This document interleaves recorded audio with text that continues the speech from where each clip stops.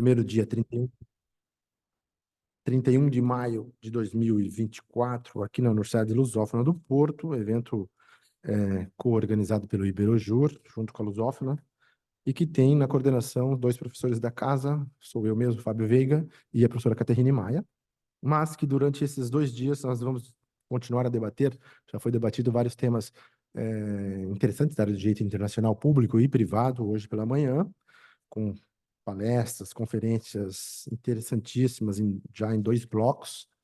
E agora vamos iniciar o bloco da tarde, né, com o nosso palestrante, professor Dr. Paulo de Brito, que eu já vou passar a apresentar daqui a um instante, mas dizer para os nossos colegas que estão em casa também que esse evento ele funciona de forma híbrida, né, para os presentes aqui na sala, na cidade do Porto, em Portugal, e também os que estão em casa e os que virão e assistirão a esse evento no futuro pelo YouTube do Iberojur. Também aproveito para cumprimentar todos vocês. Trata-se, né, do tema de direito internacional, um dos temas mais importantes da nossa atualidade, né? Nós vivemos aí uma virada é, naquela segurança que existia aqui na Europa, e nós estamos em momentos conturbados, e há muitas questões importantes a serem debatidas, que já foram faladas pela manhã, mas vamos continuar agora pela tarde, né? Por isso que o professor Dr. Paulo de Brito, ele escolheu um tema interessantíssimo, né? Que é uma pergunta, né? Direito internacional ainda sobrevive, né?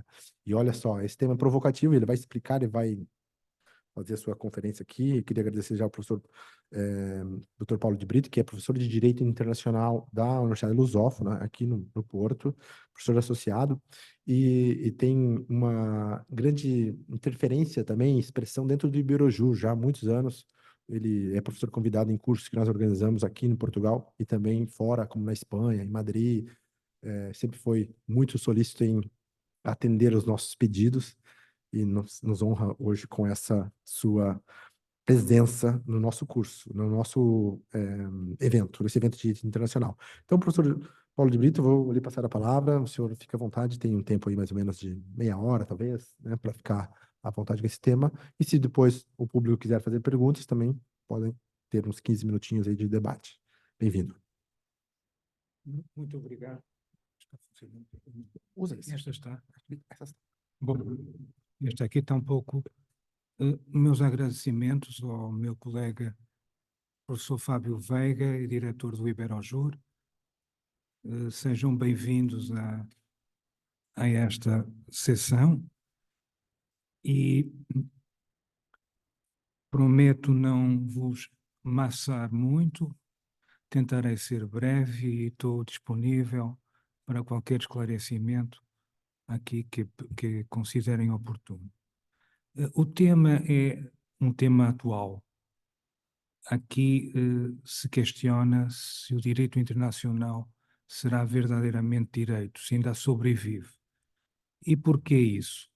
Esta pergunta está relacionada com os temas que estamos vivendo na atualidade. Então aí estava lembrando quando o Papa Francisco perguntou onde estava Deus? E então o primo Levi, no seu diálogo com ele, concluía: se Auschwitz existe, não existe Deus. Então a questão é: e então? Também não existe direito internacional?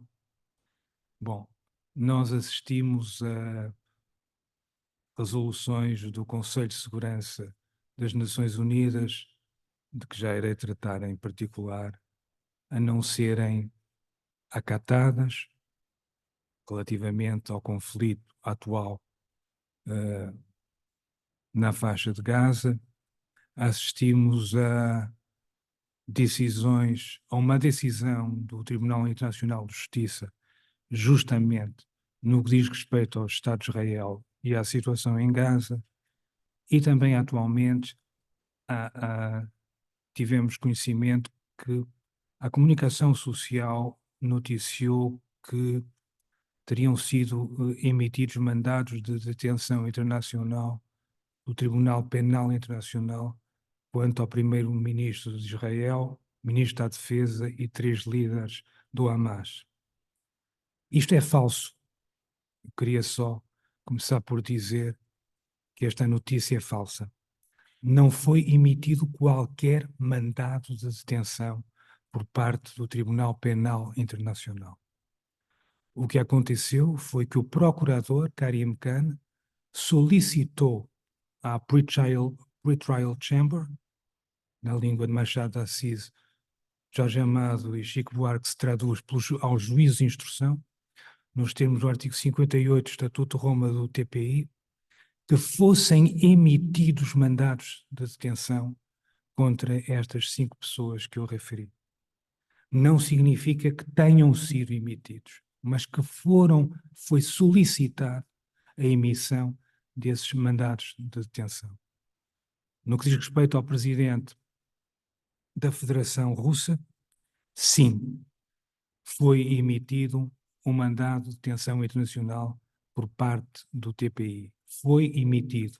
E, neste caso, o procedimento é que, nos termos do artigo 58, o procurador pede ao Pretrial Chamber que sejam emitidos warrants of arrest.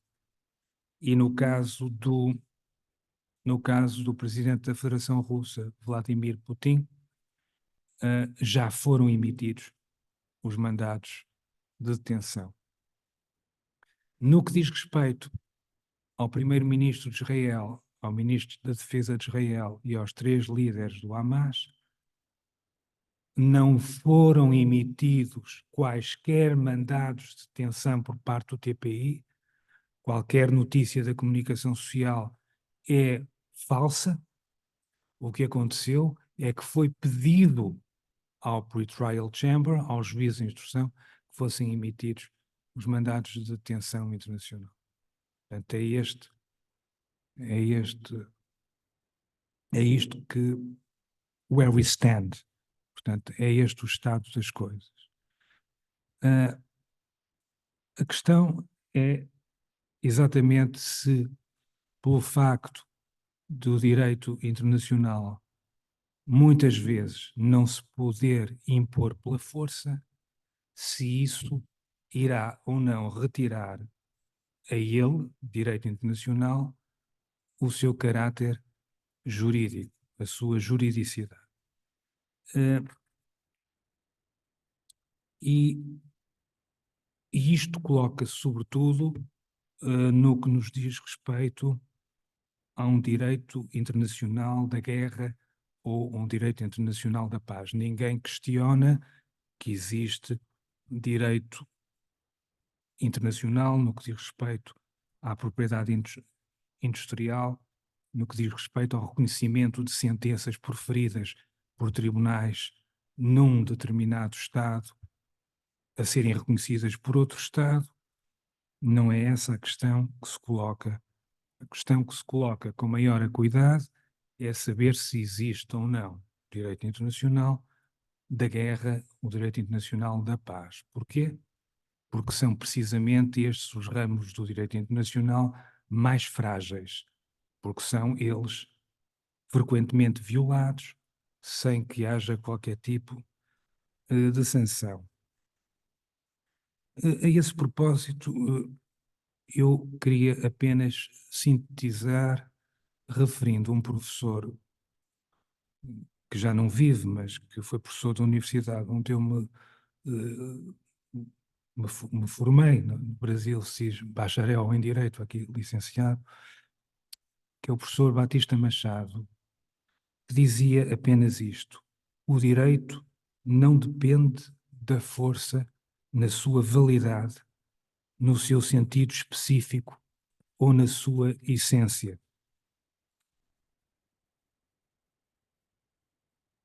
Não há isso, a força seria uma dependência meramente de facto, não uma dependência de iure, isto é, no plano da validade ou da legitimidade. Portanto, ou seja, não é pelo facto do direito internacional humanitário, do direito internacional da guerra, ser violado frequentemente, sem qualquer tipo de sanção, que retira a ele o caráter jurídico. É isto, é esta a minha posição. Analisemos agora desde logo, uma resolução muito antiga, ou seja, de 25 de março do ano de 2024, como devem compreender, portanto, tem cerca de 2 meses, pouco menos de 2 meses, um pouco mais de 2 meses passaram, uma resolução do Conselho de Segurança das Nações Unidas. Como sabem, o Conselho de Segurança é composto por 15 membros, dos quais 5 são permanentes.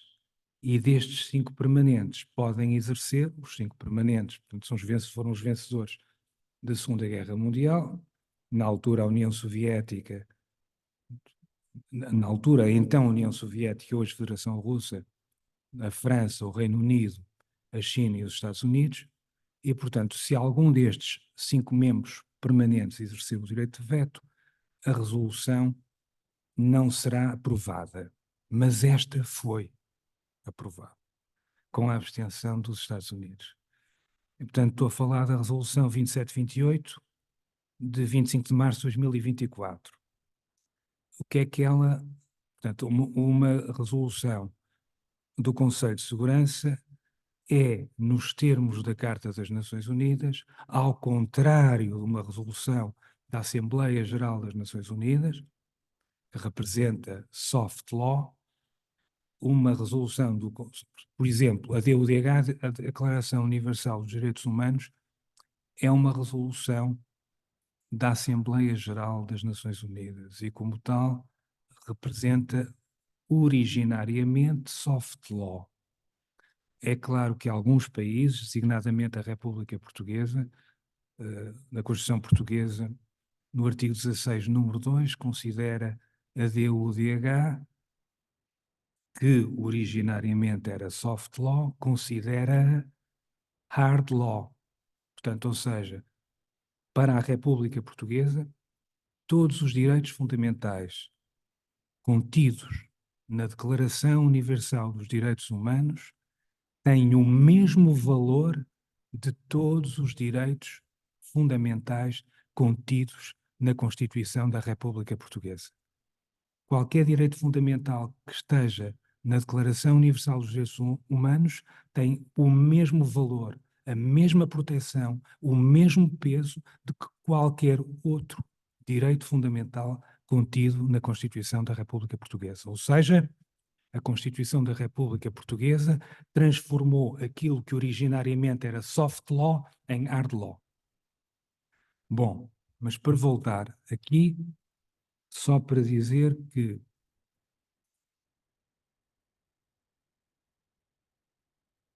uma resolução da Assembleia Geral das Nações Unidas é soft law, a menos que um Estado queira que ela seja hard law.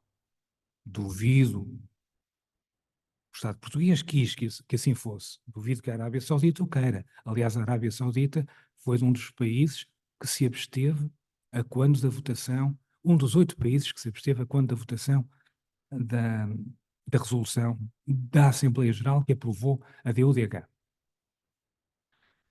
Mas do que se trata agora estou a falar de 24 de março de 2024, é de uma resolução não da Assembleia Geral, mas do Conselho de Segurança. Portanto, estamos a falar agora de uma resolução vinculativa nos termos da Carta das Nações Unidas. Bom, então o que é que diz essa resolução, a resolução 2728? Ela, uma resolução do Conselho de Segurança que passou com 14 votos a favor e uma abstenção de quem seria, claro, dos Estados Unidos. Essa resolução ordena, portanto, estamos a falar de uma resolução imperativa, impõe aos beligerantes cessar fogo imediato. Demands an immediate ceasefire. Estou a lê-la no texto originário, que não é o texto Fernando Pessoa, Machado de Assis, Jorge Amado ou Chico Buarque. Não, é o texto em inglês. Portanto, um cessar-fogo imediato durante o mês do Ramadão. Depois, ordena a imediata e incondicional libertação de todos os reféns detidos pelo Hamas e exige que seja facultado o acesso humanitário à faixa de Gaza.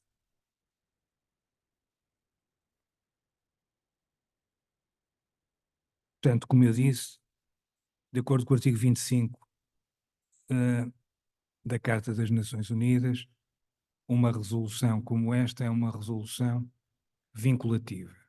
E é vinculativa, obviamente, também para o Estado de Israel, porque o Estado de Israel é um membro das Nações Unidas desde 1949. Portanto, não temos dúvidas quanto a isso.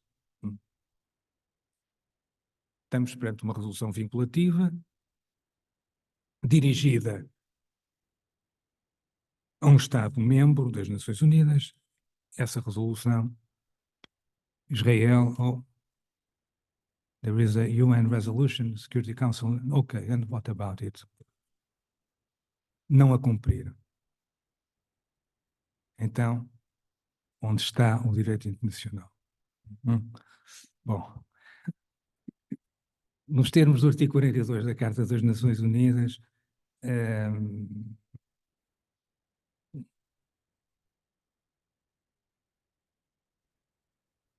evidente que há mecanismos de imposição coercitiva dos quais o Conselho de Segurança pode utilizar. E, por exemplo, o artigo 41 diz que o Conselho de Segurança pode decidir sobre medidas que, sem envolver o emprego de Forças Armadas, deverão ser tomadas de forma a tornar efetivas as suas decisões e poderá instar os membros das Nações Unidas a aplicarem tais medidas. Estas medidas poderão incluir a interrupção completa ou parcial das relações económicas, dos meios de comunicação ferroviários, marítimos, aéreos, postais, telegráficos, radioelétricos ou de qualquer outra espécie, e o rompimento de relações diplomáticas. Não é? O Conselho de Segurança pode decidir isto, mas não decidiu. Pronto. De qualquer forma, o que queria era dizer que o facto de haver uma decisão de um tribunal interno, de um tribunal da República Portuguesa ou da República Federativa do Brasil, e essa decisão não ser acatada pelos seus destinatários, não faz com que, nesses países, não haja direito. Digamos, estou-me a lembrar de uma declaração do presidente Lula da Silva dizendo que se Vladimir Putin fosse para o Brasil não seria detido. Essa declaração, salvo o devido respeito, tem exatamente o mesmo valor do que uma excreção que eu faça no banheiro. O valor é exatamente o mesmo, que é porque o Brasil não é a Venezuela, é um Estado de Direito. E, portanto, um Estado de Direito, which abides by the rule of law. Portanto, o que significa é que se um magistrado federal ordenasse a detenção de Putin, a caso este viesse visitasse o Brasil, de acordo com o direito, essa decisão deveria ser cumprida. Não é o presidente Lula da Silva, não é Nicolás Maduro, nem Hugo Chávez, porque o Brasil não é Venezuela, o Brasil é um Estado de Direito. Só para esclarecer isto. Mas, portanto, o que eu estava dizendo é, temos uma resolução vinculativa e temos um Estado-membro das Nações Unidas que não a cumpre. Bom, tudo bem, não a cumpre. Mas, no fundo, está a violar a lei. Agora, não é por isso que o direito internacional deixa de o ser.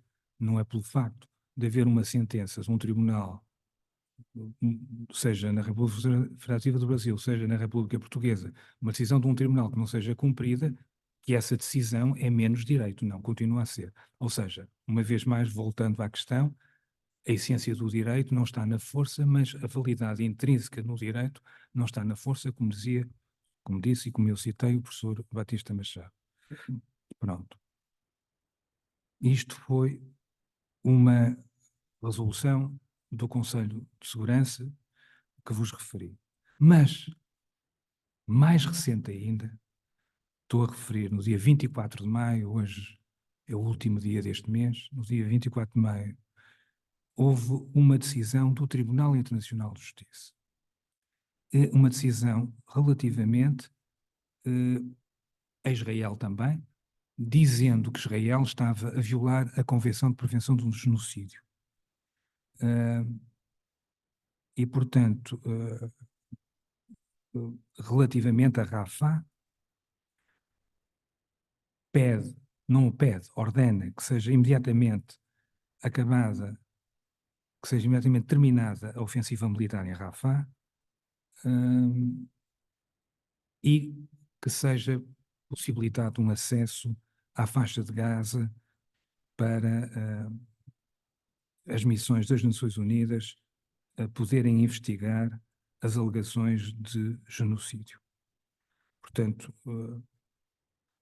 é uma decisão de um tribunal internacional. O TIJ é um tribunal que não julga, isto que depois já vamos ver a diferença. O TIJ toma decisões relativamente a Estados e nunca relativamente a pessoas. O TPI, o Tribunal Penal Internacional, ao invés, não condena, não pode condenar Estados, apenas poderá condenar pessoas. Portanto,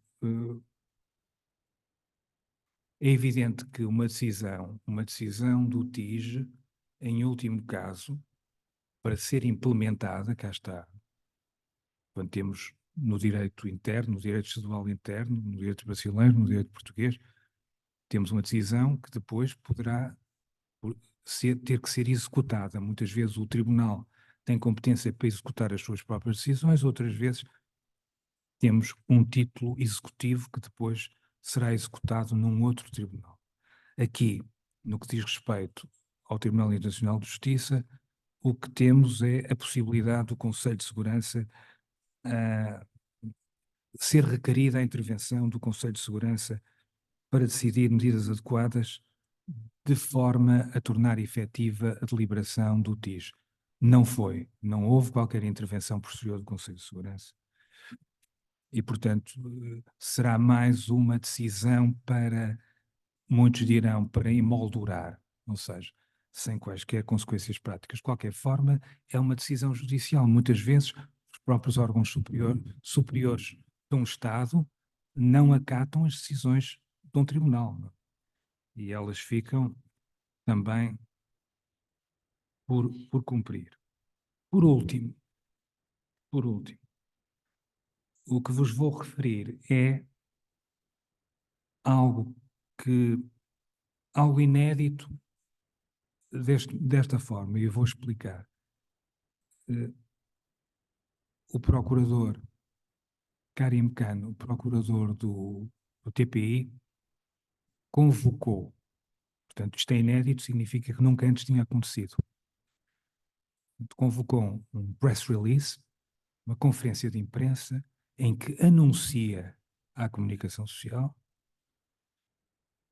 que solicitou aos juízes de instrução a emissão de mandados de detenção internacional contra 3 líderes do Hamas, contra o primeiro-ministro e o ministro da Defesa de Israel.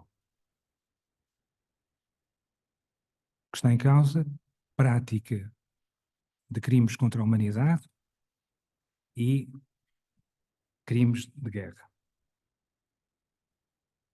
A questão: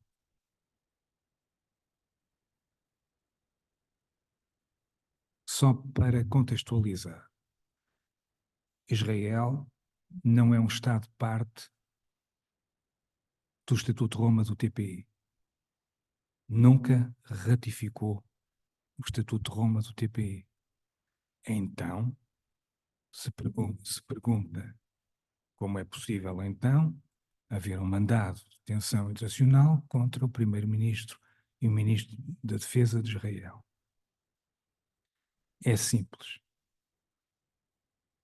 As bases da competência do TPI estão no artigo 12 do Estatuto de Roma do TPI.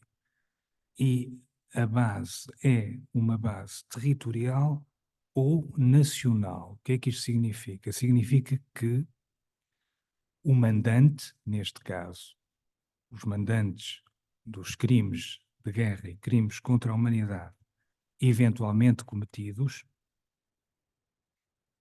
são israelitas de um país não signatário do Estatuto de Roma do TPI, mas os crimes terão sido alegadamente cometidos na faixa de Gaza, em Gaza.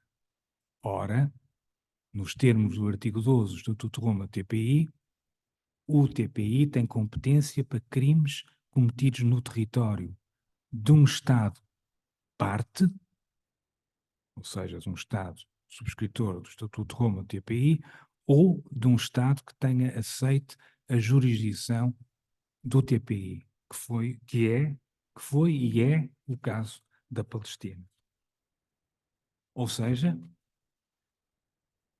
desde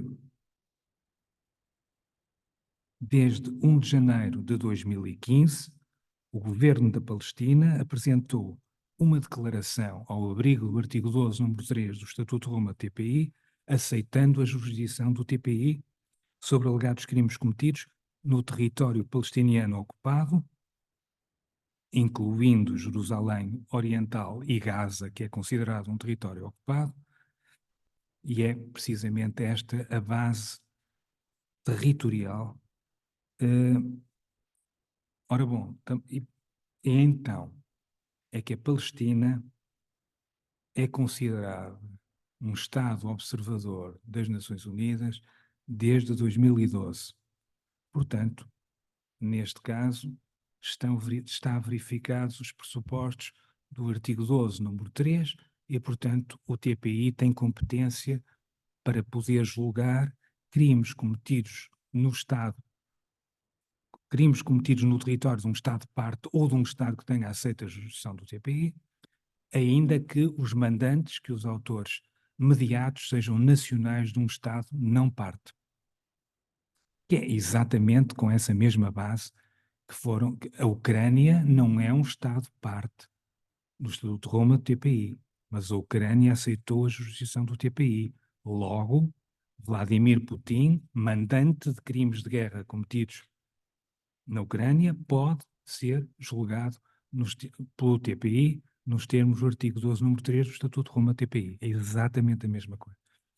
Já quanto aos crimes cometidos pelo Hamas no território de um Estado não parte, porque Israel não é Estado parte do Estatuto de Roma TPI, esses crimes tiveram como autores mediatos nacionais de um Estado parte, ou seja, são 3 palestinianos.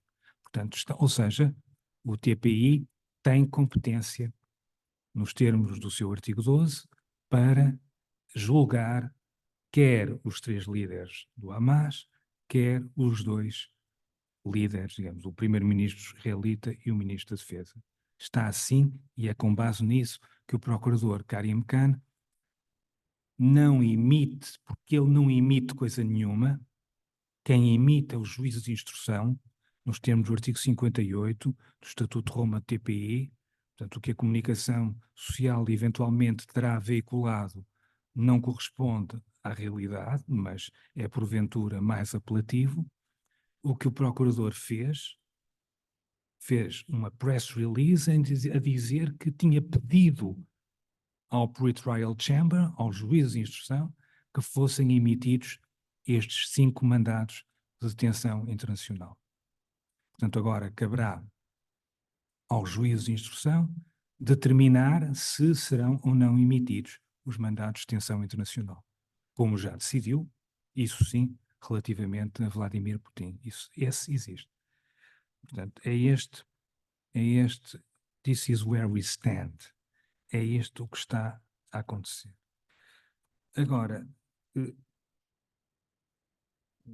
não fazendo, vamos admitir, porventura, não poderei, de todas as ciências, a ciência da adivinhação é das mais difíceis e não tenho esses dotes, apenas talvez os dotes para vos aborrecer e terminarei rápido. Eh,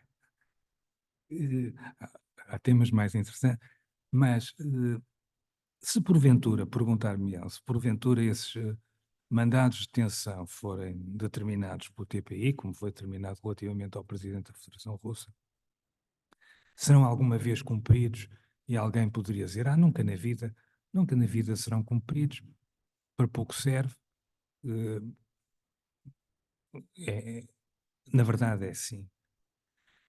Se forem emitidos, há mudanças políticas em todos os países. Atualmente, o Presidente da Federação Russa, é Presidente, resolveu alterar a Constituição para perpetuar o seu poder, mas um dia poderá deixar de o ser, mesmo antes da perpetuação que quis. O mesmo, Israel é um Estado democrático, é diferente, e, portanto, poderá haver eleições a qualquer momento.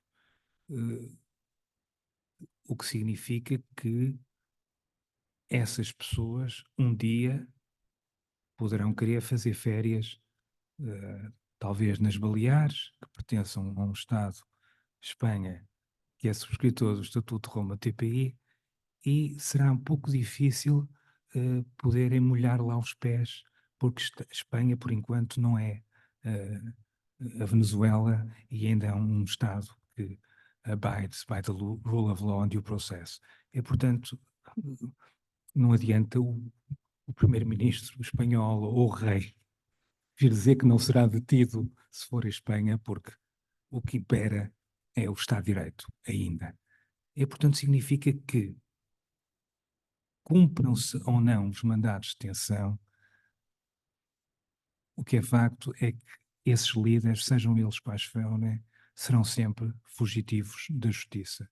E por muito que possam gozar de impunidade, essa impunidade será sempre relativa, porque o direito internacional sobrevive e vive. Muito obrigado.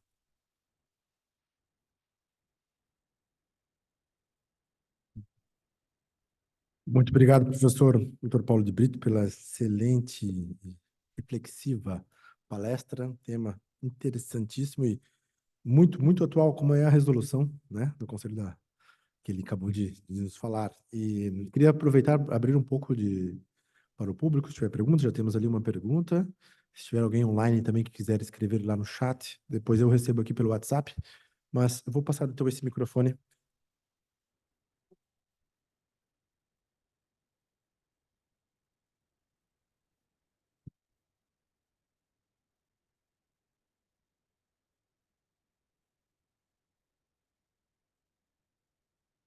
Olá, boa tarde a todos. O meu nome é Maria João Pereira de Melo e muito obrigada pela sua intervenção e obrigada a todos os organizadores deste evento. Depois de o ter ouvido, disse que o direito, a validade não depende da força. E, considerando que o direito para ser vigente depende de um equilíbrio entre validade e eficácia, considerando que esse equilíbrio no direito internacional sempre foi um bocadinho mais frágil, por todas as razões que conhecemos, há algumas pessoas que têm autoridade a falar sobre o direito internacional, como o senhor professor doutor, que têm vindo a dizer que esse equilíbrio entre validade e eficácia nunca esteve tão frágil como está hoje, desde a Carta das Nações Unidas. E aquilo que eu lhe queria perguntar é se, como de alguma forma relativizou, na minha perspectiva, com toda a razão, esta situação, no que diz respeito à validade, mas se considera, por outro lado, que este equilíbrio nunca esteve tão frágil como está hoje, ou se não, já existiram incumprimentos noutras alturas e não se pode dizer isso. No fundo, gostaria de saber qual é a sua posição em relação a esta matéria. Obrigada.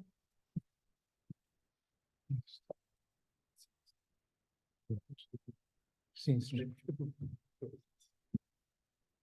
Sim. Bom, minha cara colega, muito obrigado pela sua questão. muito pertinente. A questão que se coloca é da fragilidade do direito internacional, sobretudo quando estamos a falar do direito internacional humanitário e, portanto, no fundo, o direito internacional da guerra e da paz. Desde logo, vejamos o seguinte: a Carta das Nações Unidas é feita no pós-Segunda Guerra Mundial. O Conselho de Segurança, os 5 membros permanentes, não representam sequer o globo, representam os vencedores. E, por exemplo, um dos mais importantes países da América do Sul, que é um país e é, na verdade, uma potência, a maior potência da América do Sul, a República Federativa do Brasil, não está representada no Conselho de Segurança das Nações Unidas.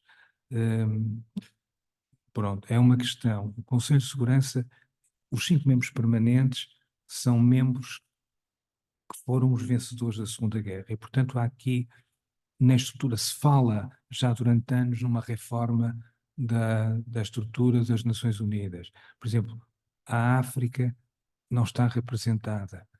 Falava-se na possibilidade da África do Sul.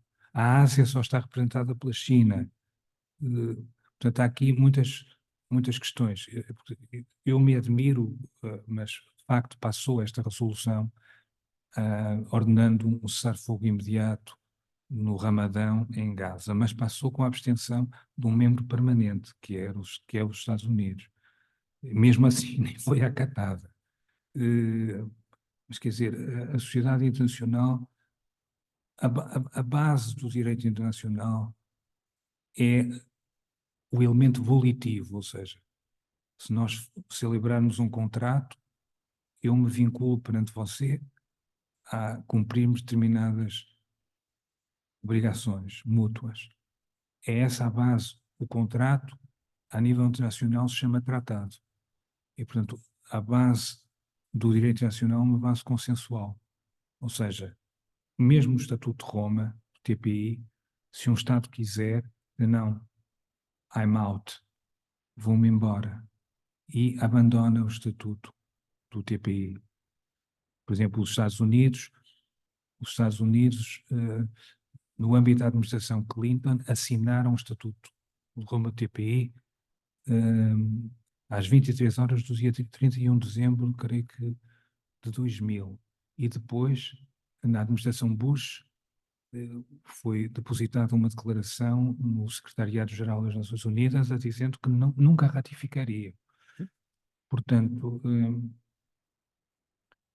aqui é evidente que há um elemento muito da vontade dos Estados, há um fator político. Mesmo alguém que seja procurado pela Justiça, é uma situação, por exemplo, a questão do Putin, mas isso ele se limita nos seus movimentos. Mas se porventura se encontrasse num país que fosse esse país parte do Estatuto de Roma do TPI, se fosse um país, um Estado de Direito, teria dificuldades, porque o Estado estaria vinculado ao cumprimento de um mandado de detenção internacional. Mas é isto, o Estado do direito internacional é direito, mas, digamos, um direito imperfeito, na medida em que o elemento da coatividade é limitado, ou pode ser limitado. Isso, por vezes, também pode acontecer no direito interno. Uma decisão não ser acatada, uma decisão não ser cumprida, uma condenação, e alguém poder, por exemplo, muito simplesmente, vou usar um exemplo muito simples, no âmbito do direito penal. Temos alguém condenado na República Portuguesa, condenado a pena de prisão, inicia o cumprimento de uma pena de prisão, numa prisão portuguesa. Eu trabalhei no Conselho Penitenciário durante 8 anos e dei centenas de pareceres para a libertação de reclusos. Não foi o caso, não dei neste caso, mas que não vou revelar para já. E, portanto, saiu numa saída de curta duração e foi para a República Federativa do Brasil, e a Constituição brasileira não permite a extradição de nacionais, como a portuguesa também não, e, portanto, essa pessoa, cá está, foi condenada num Estado e não cumpriu a pena. Temos um caso de uma impunidade, e ninguém vem dizer que o direito penal não existe. E o mesmo de um político português que está indiciado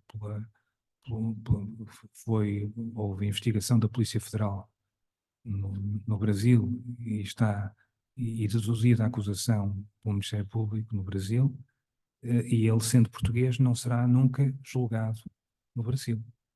O doutor Duarte Lima foi líder da bancada parlamentar no Parlamento Português, do atual partido do governo. Cá está um exemplo também de como um exemplo também da fragilidade do próprio direito penal, quando estão em causa vários ordenamentos jurídicos. Nós tivemos aqui em causa também um banqueiro português que foi condenado e fugiu para a África do Sul.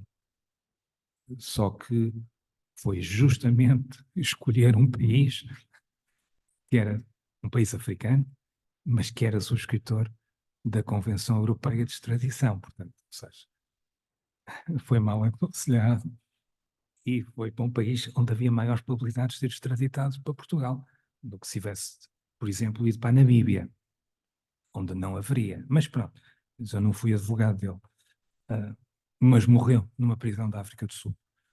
Mas cá está.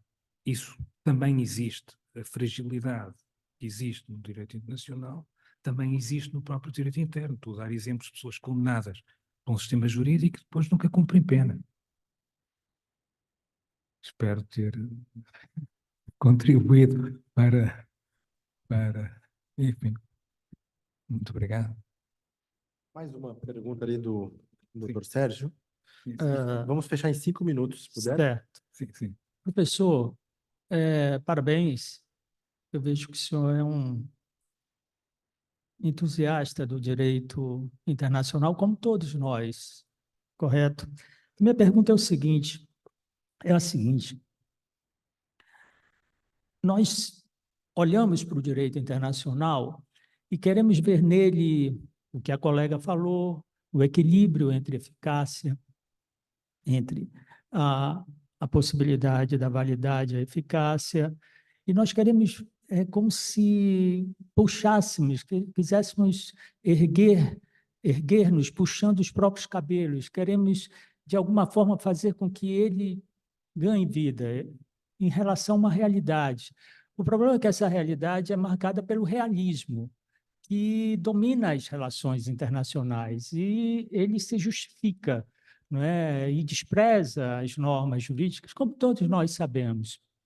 A pergunta é a seguinte: será que nós, é esse o caso, nós não temos também que dar uma certa importância, e é isso que o senhor fala, a influência de uma decisão da Corte Internacional de Justiça, por exemplo, que mandou as forças russas se retirarem da Ucrânia? Tudo bem, isso não foi cumprido, mas ela acaba, pelo artigo 38 da Corte Interamericana, Internacional de Justiça, ela acaba influindo nas outras decisões dos outros tribunais, e isso fica meio tênue, nós não conseguimos identificar. Mas esse outro lado da ação, da experiência do direito, parece que também vai se formando, porque Putin, ele vive se reelegendo para dar uma aparência de legitimidade, de legitimação ao seu poder. Por que será? Ele sabe que existe influência que ele precisa se relacionar no mundo das relações internacionais. O próprio Estatuto de Roma, no caso, criou o Instituto da Entrega justamente para resolver o problema da extradição, que, como o Brasil não permitia, mas todos assinaram, porque, na verdade, é apenas uma retórica, dizer que a entrega não é igual à extradição. Não é formalmente, mas materialmente ela é. Então, será que nós não devemos olhar para esse outro lado da influência desses tribunais e da experiência do direito como uma forma de fazê-lo avançar? Muito obrigado. Sim. Só fugindo um pouquinho do protocolo. E para fechar, uma opinião pessoal do professor, se o professor acredita numa escalada global dos conflitos. Obrigado. Você acredita em quê? Uma escalada global dos conflitos. Se os conflitos são... Bom, um professor daquela que é considerada uma das melhores universidades do nosso planeta, não é Harvard, mas é perto, que é o MIT, Massachusetts Institute of Technology, Noam Chomsky, escreveu o seguinte: International society remains as it has always been. The rule of law for the weak, the rule of force for the strong. Portanto, o que ele vem dizer é: a sociedade internacional permanece como sempre foi. Estado de Direito para os fracos, regras da força para os fortes. Quando meus alunos me perguntam, então, os Estados obedecem ao direito internacional, eu digo, olha, é assim. Se um Estado tem armas nucleares, se você pergunta ao dirigente da Coreia do Norte, international law, what is it about?